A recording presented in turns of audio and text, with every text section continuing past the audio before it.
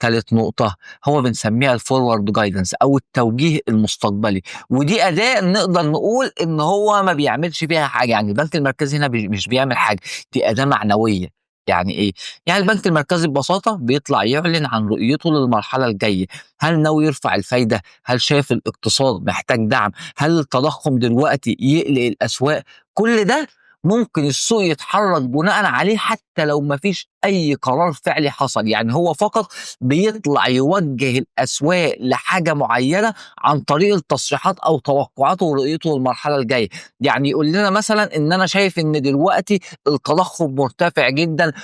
ممكن نبتدي نتخذ إجراءات لحل هذه المشكلة، فالأسواق أوتوماتيك بتبتدي تفهم إن إيه اللي هيحصل، إن هيتم رفع الفايدة، لأن هو ده السبيل بتاعه إن هو يخفض مستويات التضخم، فبناءً على توقع الأسواق إيه اللي هيحصل، هتتوقع الأسواق إن الدولار هيكون أقوى بشكل كبير، وهينعكس ده بشكل سلبي على أسواق الأسهم، فهو هنا ما عملش حاجة، هو فقط أعطى رؤيته للأسواق، وبناءً عليها الأسواق ابتدت تتحرك بناءً على ما سيحدث، وممكن بعدها ما يعملش، يعني ممكن مش شرط وقتها إن يكون ده قرار أو إن يطلع قرار بعد كده، لكن هو أوقات السوق أو الفيدرالي أو البنك المركزي بيحب يوجه الأسواق ناحية حاجة معينة لأسباب تخصه. وتعالوا ندي مثال على ده برضه، سنة 2023 قبل ما الفيدرالي يعلن عن أي قرار كانت الأسواق بتتحرك بناءً على تصريحات جيروم باول في المؤتمرات الصحفية، مجرد تلميح لوجود مزيد من التشديد أو إن التضخم ما زال مستمر كان الدولار الأمريكي بيكون أقوى بشكل مباشر، ودي النقطة اللي بتخلي التوجيه المستقبلي أو الفورورد جايدنس